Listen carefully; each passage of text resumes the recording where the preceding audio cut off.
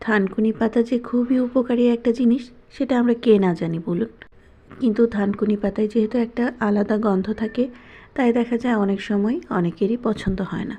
তবে যদি এভাবে ভর্তা করতে পারেন, তবে গরম ভাতের সাথে এই পাতার ভর্তা খেতে হবে অসাধারণ। তো এই ভর্তাটি করার জন্য আমি প্রথমে হালকা একটু তেলে রসুন, থানকুনি পাতা এবং কিছু টমেটো কুচি দিয়ে ভালো মতো নেড়ে চেড়ে নিচ্ছি। এর সাথে যোগ করেছি কিছু কাঁচামরিচ এবং স্বাদ মতো লবণ। এটাকে নাড়তে চাড়তে থাকবো যতক্ষণ পর্যন্ত না এটা একটু সেদ্ধ সেদ্ধ হয়। টমেটো থেকে যেহেতু একটু পানি ছাড়বে, সেই পানিটা শুকানো পর্যন্ত অপেক্ষা করলেই যথেষ্ট।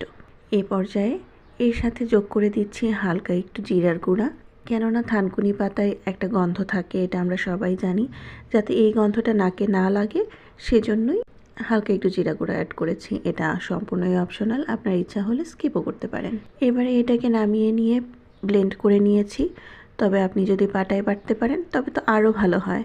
এবারে কাঁচা সরিষার তেল এবং কাঁচা পেঁয়াজের সাথে এই ভর্তাটাকে মেখে নিলেই আমাদের আজকের রেসিপি সম্পূর্ণ তৈরি।